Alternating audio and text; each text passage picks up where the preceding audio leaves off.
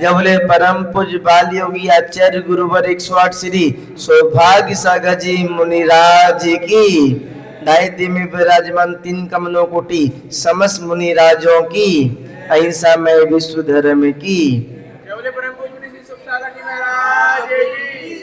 अपन श्लोक का वाचन करते हैं, पाठ करते हैं, उसके बाद में फिर उसके अर्थ को समझने की कोशिश करते हैं।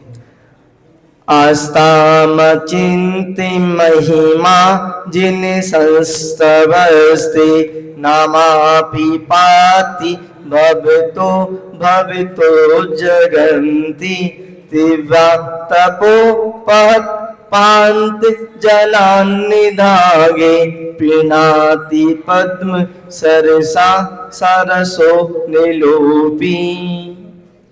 इसमें आचार्य महाराज बतला रहे हैं, अभी तक तो स्तुति की बात आ रही थी, गुणगान की बात आ रही थी। अब आचार्य महाराज बता रहे हैं आस्ताम, आपकी स्तुति तो दूर रहे। वैसे जो संस्कृत भाषा का ज्ञानी है, जिन्होंने शास्त्र को पढ़ा हुआ है, जिन्होंने भगवान के गुण जाने हैं, वो तो भगवान की स्तुति कर लेगा। और सामान्य कोई पुरुष है, कोई महिला है, जिसको ना तो पढ़ना आता है, ना लिखना आता है, ना उसने भगवान के गुण को जाना है। और वैसे भी जब अंत समय आता है ना, तो अंत समय में कोई कितना भी पढ़ा लिखा क्यों ना हो, कितने भी उसने शास्त्रों को क्यों ना पढ़ लिया हो, कितनी भी गाथाओं को, कितने भी श्लोकों को कंठस्थ क्यों नहीं कर लिया हो, पर जब अंत आता है ना उसका, तो सब भूल जाता है। अंत में सब भूल जाते हैं, कुछ भी याद नहीं रहता। इसलिए अंत में बोलते हैं कि अंत में यदि आपने एक अक्षर भी याद कर लिया, एक अक्षर भी आपका यदि उच्चारण हो गया, एक अक्षर को भी आपने यदि मन में स्मरण कर लिया, एक अक्षर का भी, तो आपका कल्याण हो जाएगा, आपकी अच्छे से समाधि हो जाएगी। आपने यदि ओम अक्षर भी आपने यदि अंत में जाके बोल लिया, ओम अक्षर भी यदि आपने अंत में जाके मन में ध्यान कर लिया, तो आपकी अच्छे से समाधि हो जाएगी। कोई कितना भी कंठस्थ कर ले शास्त्रों को, जब अंत समय आता है ना, सब भूल जाते हैं। कोई कितना भी कैसा भी व्यक्ति हो, सब भूल जाते हैं। और तो और जैसे जैसे बुढ़ापा आता जाता है, जैसे जैसे बूढ़े होते जाते हैं, सब भूलते जाते हैं। यहाँ पर अपनी बात चल रही थी कि कोई यदि मान लो ज्यादा शास्त्रों को जिसने नहीं पढ़ा, ज्यादा भगवानों के गुण नहीं देखे, ना ज्यादा स्तुति करना जानता है, तो उसके लिए बता रहे हैं आस्ताम, आपका जो स्तोत्र है, आपकी जो स्तुति है, आपके जो गुण है, वो तो दूर रहे। वैसे वक्तांबर में भी मानतुंग आचार्य महाराज ने इसी तरीके की बात कही है, पर मानतुंग आचार्य महाराज ने उदाहरण दूसरा दिया है और कुमुद चंद आचार्य महाराज ने दूसरा उदाहरण दिया है। अपन पढ़ते हैं ना अपना भक्तामर स्तोत्र, अपना कौन से नंबर का श्लोक, 9वें नंबर का श्लोक, आस्ताम तब स्तव नमस्त समस्त दोषम तो संकतापि जगताम दुरितानियं।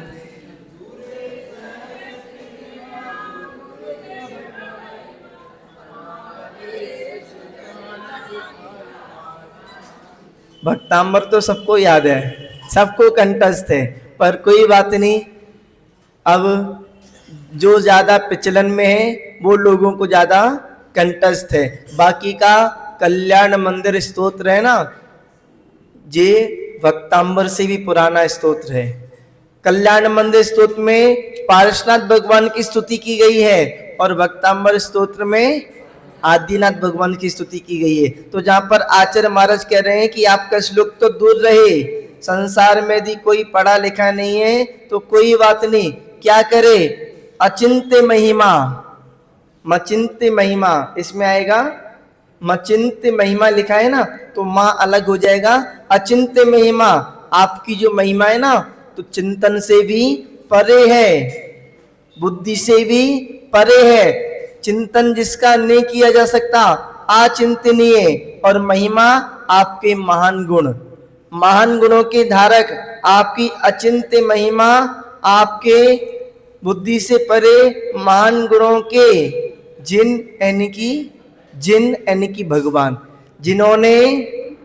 जिन्होंने अपने पांचों इंद्रियों को वश में कर लिया है, पांचों इंद्रियों को जीत लिया है। स्पर्शन हो, रसना हो, ज्ञान हो, चक्षु हो या कर्ण हो, पांचों इंद्रियों को जिन्होंने बस में कर लिया, ऐसे जिन संसार के प्राणी पांचों इंद्रियों की वशीभूत होकर कितने कितने दुखों को प्राप्त करते हैं। और भगवान ने अपने पांचों इंद्रियों को बस में कर लिया, पांचों इंद्रियों को जीत लिया, इसलिए जिन कहलाते हैं। तो पांचों इंद्रियों को जीतने वाले हे जिन, हे जिनेन्द्र देव, संस्तवम ते, संस्तवस्ते, संस्तवा ते, आपका संस्तवन, आपकी स्तुति कैसी है?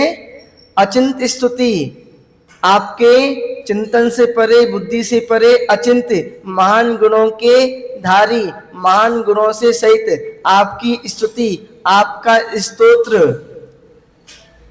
आपका स्तोत्र हे जिनन, आपकी अचिंत और अनंत महिमा का पूर्ण स्तवन करना तो दूर रहे। अब इसके बाद में नीचे आ जाएंगे, नाम अपि, नामापि, नाम अपि, नाम भी, नाम मात्र भी। यदि भगवान का नाम भी लेता है ना, केवल नाम ले, किसी भी भगवान का नाम ले, अपना एक भगवान इष्ट बना ले, पारसनाथ भगवान या आदिनाथ भगवान या महावीर भगवान या चंद्रप्रभु भगवान, वैसे सभी भगवानों की जाप करें, कोई बात नहीं, पर एक भगवान की विशेष करके, विशेष तरीके से आप जाप करें, अनुष्ठान करें, विधान करें। बाकी का आप सभी भगवानों की जाप करो और सभी भगवानों में अपने इष्ट भगवान को देखो। वैसे तो अपने यहाँ पर जितने भी भगवान हैं, सब एक से गुणों के धारी हैं, सब एक से सुख के धारी हैं, सब लोग एक से ज्ञान के धारी हैं और सब लोग एक से महिमा के धारी हैं। आदिनाथ भगवान हो या पारसनाथ भगवान हो या महावीर भगवान हो या चंद्रप्रभु भगवान हो, सब भगवान, सभी भगवानों के सुख में अंतर है, महिमा में अंतर है, बल में, ज्ञान में, किस चीज में अंतर है? किसी भी चीज में अंतर नहीं है, सब एक से हैं, बस नाम सभी के अलग अलग हैं। पर आप यदि भगवान का केवल और केवल नाम भी जाप करते हो ना, स्तुति आपको नहीं आती, भगवान के गुणगान आप नहीं कर पाते, आप इतना ज्यादा कुछ नहीं कर पाते, तो भगवान का नाम लेना तो बहुत आसान है, कोई भी ले सकता है, कोई अनपढ़ भी हो, कोई बूढ़ा भी हो, कैसा भी व्यक्ति हो, नाम तो ले सकता है। श्री पारसनाथ जिनेन्द्राय नमः, श्री पारसनाथ जिनेन्द्राय नमः, ओम ह्रीम श्री पारसनाथ जिनेन्द्राय नमः। पारसनाथ भगवान की जय हो, पारसनाथ भगवान की जय हो, आदिनाथ भगवान की जय हो। कैसे भी अपना भगवान का नाम तो ले ही सकता है। ओम नमः, ओम नमः, ओम भी पंच परमेश्वरी भगवान का ही बीज मंत्र है। आपने यदि ओम बीज अक्षर मंत्र का भी जाप किया तो आपने पंच परमेश्वरियों का जाप कर लिया। अरंत सिद्ध आचार्य उपाध्याय साधु, ये पंच परमेश्वरियों का बीज मंत्र ओम है। और आपने यदि ह्रीम नमा भी जाप किया, ओम ह्रीम नमा, तो आपने पंच परमेश्वरियों का भी जाप किया और विशेष करके 24 भगवानों का भी आपने नाम जाप किया। तो आप किसी भी मंत्र को, एक मंत्र को आप आधार लेकर, और नहीं तो केवल पंच परमेश्वरी मंत्र है ना, इसमें आप एक पद को भी आधार लेकर आप जाप कर सकती हो। ओम नमो अरियंताणम, ओम नमो अरियंताणम, ओम नमो अरियंताणम, नहीं तो सिंपल सा नमो अरियंताणम, नमो अरियंताणम। अब कोई कहे कि पांचों पद बोलना जरूरी है क्या? नहीं, पांचों पद तो बोलते हो तो अच्छी बात है, पर आप एक पद का भी यदि आप जाप करना चाहो तो एक पद का भी आप जाप कर सकते हो। तो जहां पर नाम अपि, नाम भी, पाती यानी कि रक्षा करता है, सुरक्षा करता है, संसार से हमको पाल लगाता है, संसार से भव से हमको बचाता है, संसार समुद्र में डूबने से हमको बचा लेता है और दुखों से बचाता है। पाती आपका नाम मात्र भी, आपका नाम लेने मात्र से हम संसार से बच जाते हैं। स्तुति तो बहुत दूर की बात रही, भवता आपका नाम, आपका नाम भी भवता। अब इसमें 2 बार भवता आया है, तो अब इसमें भवतो लिखा है ना, इसमें पहले में तो ओ का विसर्ग बन जाएगा, भवता, भवता यानी कि आपका, और दूसरे नंबर पर भी भवतो लिखा है ना, इसका भी ओ का विसर्ग बन जाएगा, भवता। भवता यानी कि संसार सागर में, संसार सागर में जगंती जीवों को, संसार सागर में जीवों को, इस तरीके से जहां पर आएगा भवता, भवता जगंती यानी कि जीवों को, जग के लोगों को। और उसके बाद में तीसरे नंबर के चरण को देखें, तीव्र, तीव्र आतप, तीव्र आतप यानी कि तीव्र बहुत तेज धूप से, आतप यानी कि धूप से, तीव्र आतप यानी कि धूप से, तीव्र यानी कि तेज, तेज धूप से अपहत पीड़ित हुए, सताए हुए, पांत जनान राहगीरों को, पंथी जनों को, यात्रियों को, निधागे भीषण गर्मी में। जब गर्मी का महीना होता है ना, जब मई जून का महीना होता है, तब अपन यदि रास्ते पे चल रहे होते हैं, बहुत तेज धूप पड़ रही होती दोपहर में, तो कितने आकुल व्याकुल हो जाते हैं। और आकुल व्याकुल होने के बाद में कुछ लोग तो ऐसे होते हैं बेहोश होकर गिर जाते हैं, और कुछ लोग ऐसे होते हैं ऊपर पहुंच जाते हैं। गर्मी के महीने में भी लोग नहीं झेल पाते, नहीं सहन कर पाते ज्यादा गर्मी, तो उनका मरण भी हो जाता है। तो अपनी बात कर रहे थे, निधागे यानी कि भीषण गर्मी में, जनान पांत जनान यानी कि यात्री जनों को, राहगीरों को, प्रीणाति सुख शांति तृप्त करता है, सुख पहुंचाता है, शांति पहुंचाता है, तृप्त करता है। अब उसके बाद में नीचे पद्म सरसा, पद्म यानी कि कमल, सरसा यानी कि सरोवर। अब इसमें सरसा भी 2 बार लिखा हुआ है, सरसा सरसों, सरसों में से भी अपना ओ की मात्रा का विसर्ग बन जाएगा, सरसा आ जाएगा। जहाँ पर सरसा सबसे पहले सरोवर और दूसरे नंबर पर सरोवर की शीतल, सरसा यानी कि शीतल, शीतल।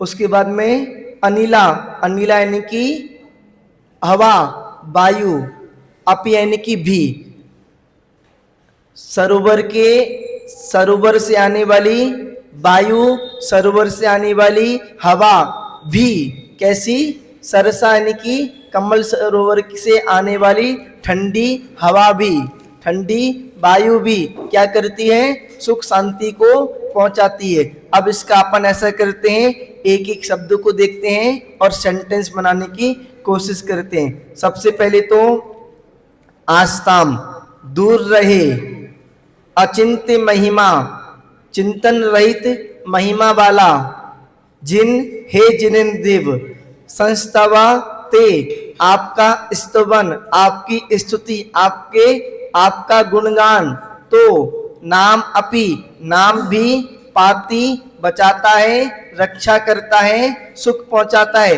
भवता आपका, भवता संसार से, जगंती जीवों को। इस तरीके से 2 चरण पढ़े। अब 2 चरण को अपन मिलाकर पढ़ेंगे। सबसे पहले जिन, संबोधन शब्द, हे जिनेन्द्र देव, हे जिनदेव। उसके बाद में अचिंत्य महिमा, अचिंत्य महिमा, चिंतन रहित महिमा वाला, चिंतन रहित महिमा वाला, संस्तवस्ते, आपका संस्तवन, आपकी स्तुति, हे जिनेन्द्र देव, अचिंत महिमा वाला, चिंतन रहित महिमा वाला, आपका स्तवन, आपकी स्तुति, तो आस्ताम दूर रहे, उसके बाद में भवता आपका, आपका नाम अपि, नाम भी, आपका नाम भी जगंती जीवों को भवता संसार से पाती बचाता है, रक्षा करता है और भव से पार लगाता है। इस तरीके से हे जिनेंद्र चिंतन रहित महिमा वाला, आपका स्तवन तो दूर रहे, आपका नाम मात्र भी, आपका नाम भी जीवों को संसार से बचाता है, जीवों की संसार से रक्षा करता है, जीवों को संसारी प्राणियों से भव से पार लगाता है। इस तरीके से 2 चरण हो गए। अब तीसरे चरण की ओर चलते हैं। तीव्र आतप, तीव्र, तीव्र लिखा है ना, इसमें से आ निकल जाएगा, आतपा, आतपो, तपो, तपो में से ओ की मात्रा का विसर्ग बन जाएगा आतप। तीव्र आपत, आतप यानी कि तेज धूप से, बहुत तेज धूप से, अत्यधिक धूप से, अपहत सताए हुए, पांत जनान पथिक जनों को, यात्री जनों को, जो मोक्ष मार्ग की ओर आगे चल रहे हैं, बढ़ रहे हैं, निधागे भीषण गर्मी में प्रीणाति शांति प्रदान करती है। पद्मा सरसा कमल सरोवर की, सरसा शीतल, अनिला वायु अपि भी। अब इसका अपन सेंटेंस बनाएंगे। सबसे पहले निधागे, निधागे सबसे तीसरे नंबर का चरण का अंतिम शब्द निधागे यानी कि गर्मी में, निधागे भीषण गर्मी में। अब सबसे पहले का तीव्र आतप पहत पांत जनान यानी कि तेज धूप से, गर्मी में तेज धूप से सताए हुए पथिक जनों को, यात्री जनों को। उसके बाद में नीचे आएंगे, यात्री जनों के बाद में पद्म सरसा कमल सरोवर की, सरसा शीतल, अनिला वायु अपि भी, वायु भी प्रीणाति शांति प्रदान करती है, सुख पहुंचाती है। अब इसका एक देख लेते हैं पूरे दोनों सेंटेंस का अर्थ। भीषण गर्मी में तेज धूप से सताए हुए पथिक जनों को, यात्री जनों को कमल सरोवर की शीतल वायु भी शांति प्रदान करती है। आपने शायद देखा होगा जब बहुत तेज गर्मी पड़ती है ना, बहुत तेज गर्मी, बहुत तेज धूप पड़ती है, उसमें अपन आकुल व्याकुल हो जाते हैं और कहीं सरोवर के पास से निकलते हैं, और सरोवर के पास से निकलते हैं तो कमल सरोवर की ठंडी ठंडी हवा वहां पर चला करती है। जब ठंडी हवा चलती है और ठंडी हवा हमको लगती है तो हमको जो आकुल व्याकुल हो रहे हैं, तेज गर्मी लग रही है, धूप में परेशान हो रहे हैं, तो अपन को शांति का अनुभव होता है। आप लोगों ने भी देखा हो तो मुझे पता नहीं, पर हमने अनुभव किया है। तेज गर्मी का समय था, बहुत तेज धूप पड़ रही थी, बहुत तेज परेशान यानी कि आकुल व्याकुलता हो रही थी, और जब एक बार एक तालाब से होते हुए निकले तो वहां पर इतनी ठंडक मिली, इतनी ठंडक मिली कि हमको ज़्यादा गर्मी महसूस नहीं हुई। तालाब में, सरोवर में ठंडी हवा चलती है तो उससे बहुत राहत मिलती है। तो जहाँ पर बता रहे हैं कि यदि कोई गर्मी में धूप से सताया हो, आकुल व्याकुल हो और पद्म सरोवर के पास से कोई निकले, तो पद्म सरोवर के पास से निकलने के बाद में वहाँ पर सरोवर की जो ठंडी हवा चलती है, ठंडी हवा भी बहुत अधिक शांति पहुँचाती है, बहुत अधिक सुख को देती है। इसी प्रकार यदि कोई आपकी स्तुति नहीं करना जानता, यदि आपका नाम भी मात्र लेता है, तो आपका नाम मात्र भी संसार से सुरक्षा करता है, रक्षा करता है, संसार से पार हमको उतारता है, संसार से पार हमको ले जाता है। तो अब दोनों चारों चरणों को अपन एक बार तरीके से देख लेते हैं। हे जिनेंद्र चिंतन रहित महिमा वाला, आपका स्तवन तो दूर रहे, आपका नाम मात्र भी जीवों को संसार से बचाता है, रक्षा करता है। जैसे भीषण गर्मी में तेज धूप से सताए हुए पथिक जनों को, यात्री जनों को कमल सरोवर की शीतल वायु भी शांति प्रदान करती है। इस तरीके से 7वें नंबर का श्लोक का अर्थ हो गया। कल अपन 8वें नंबर के श्लोक को देखेंगे। आज के लिए इतना ही। जय बोले चिंतामणि पारसनाथ भगवान की।